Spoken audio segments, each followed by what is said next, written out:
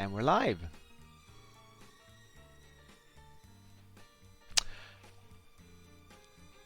Welcome to the stream.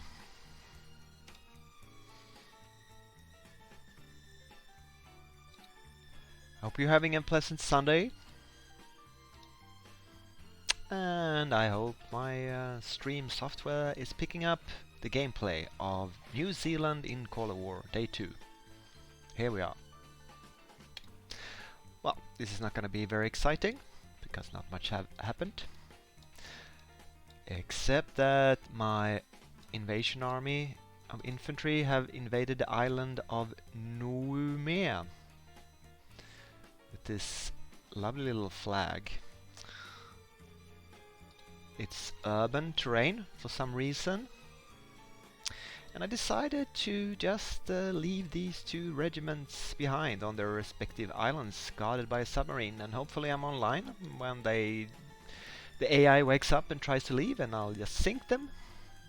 And I've gotten a double rare resources province here that's up to 35% morale, and actually contributes 757 rares per day, which is quite nice. And Day 2, I have reached the next island kingdom, the island kingdom of Luganville. 10 victory points, which actually has an industry in it. Let's see if I can capture that intact, or at least repair it and save some resources. It's not the main purpose. Obviously the resources here. The double drain province is I am being escorted by a destroyer, and I have currently 7 infantry invading. They're taking a bit of damage here, but I have some tank and armored car reinforcements arriving and another infantry. I don't want to use the tanks and armored cars in urban terrain because they have I think 50% minus there, so I'm just saving those for clearing out clear terrain in the future. Next thing is Tasmania. Yes, the invasion went splendidly here, and I invaded and conquered Devonport. But instead of... there's another infantry down here in Hobart. You just can't see it currently for some reason. And there's another infantry here in Strahan.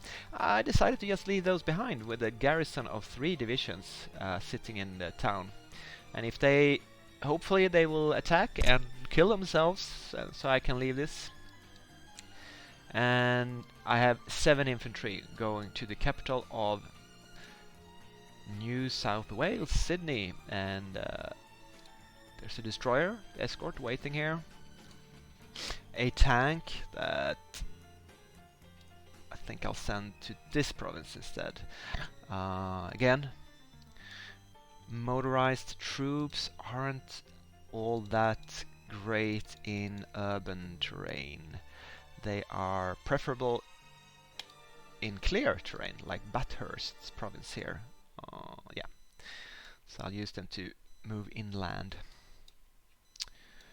What else? Yeah, I have a couple of more reinforcements on the way. Ooh, another tank. Light tank. In my... a bit of lag here.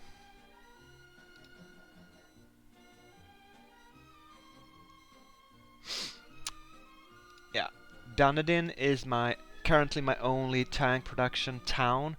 I can't quite afford to build more than 1 tank now and then. Production times are much shorter than they used to be for units, at least at these tech levels. So high levels of production reduction time buildings I don't feel is quite necessary at this stage of the war, of the game, sorry. So a tank factory level, tank plant level 1 works just fine, because the production time of a tank is only 2 hours and 15 minutes, which is quite a lot lower. It used to be, I don't know, let's say 15 hours. So unit production is a lot faster in this version. Don't quite know. And that means that resource production is more important than it used to be. Also, I obviously have focused a bit on building my industry. Um, Primarily the resources that I have the least of, which is basically all but rares and goods. There is a different need than it used to be. So my initial market purchases and builds were not optimal at all. And anyway, I'm gotten a bit on the way. My impression is that the cost goes up for every level, although I'll be honest, I haven't really checked that. I guess I could. If I took a new province and were to build a level 1 industry, 9, 12, 11, 32. Let's remember that. 20 hours. Could have to do something with morale in the province though, build times. 9, 12, 11, 32. And if I were to upgrade a level 2, that would cost 12, 16, 14, and 15, 42. So yes, level 2 is more expensive than the level 1. Yeah, that was definitely my impression. And the level 3 is even more expensive. So from now on, my factories are going to be more and more and more expensive. But obviously, you want that UC 100% resource production in your core resource provinces. So at the moment, I guess I am. Let's see. Food is a scarcity in New Zealand, which means I can't build any infantry in my 3 barrack provinces. So obviously, I am waiting for resources enough, which is fuel, to build the level 3 industry, which would pop me up another 20% resource production. Maybe someone is friendly enough to sell some fuel for a decent price. 8 money is quite expensive. How about we check out all offers and we go to the fuel page, and we can see that the first substantial purchase offer of fuel is 5.4.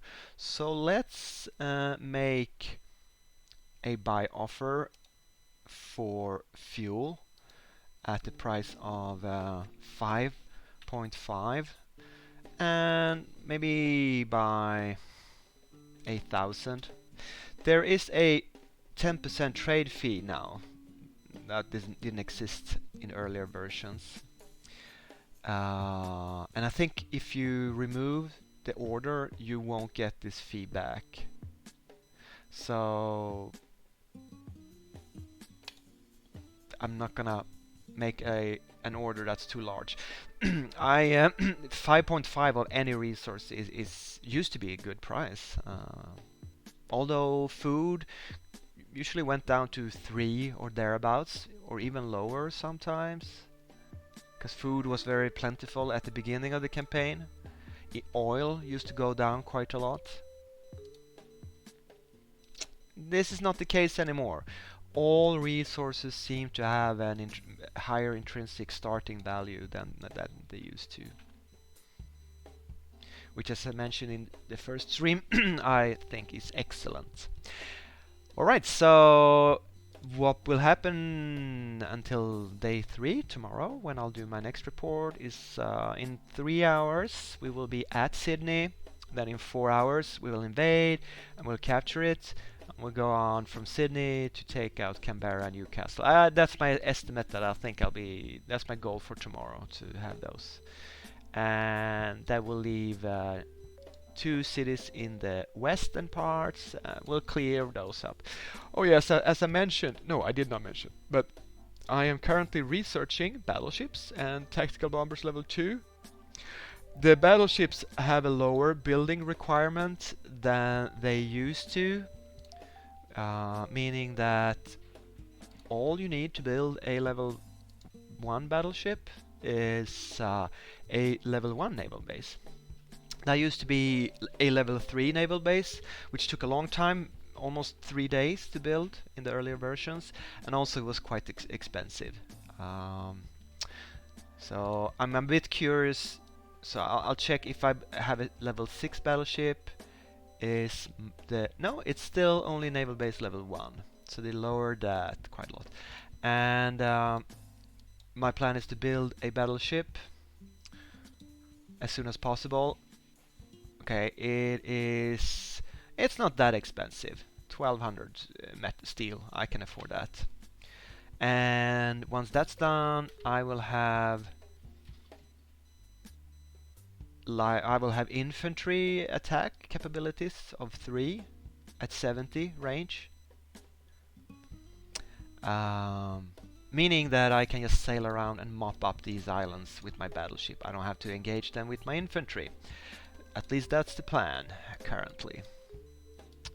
Tactical bombers I will not be producing anytime soon. This is not really air territory. Once I have a foothold here, I can build up some air bases and use air power. But that's a long-term investment. I have not spent any gold so far, and nothing is going on in the world in this campaign. I can't really tell how many people are actual players and how many are assigned. Everyone's anonymous on this turn. Oh no, wait, here, okay, so 101 anonymous, 102. Is there more than 100 nations? This is curious. See, these named, I suspect, are AI nations. But wait, is there now 184 nations? Okay, yeah, that makes sense.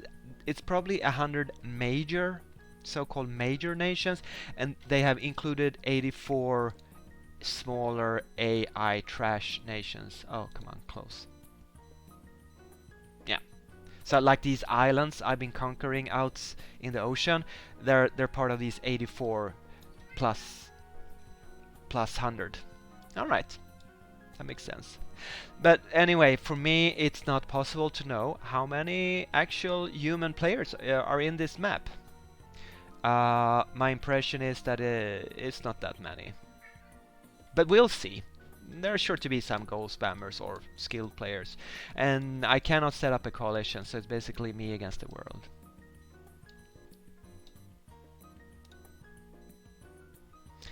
That is my daily 13-minute report of the Call of War, New Zealand. Thanks for watching. Hope you enjoyed it.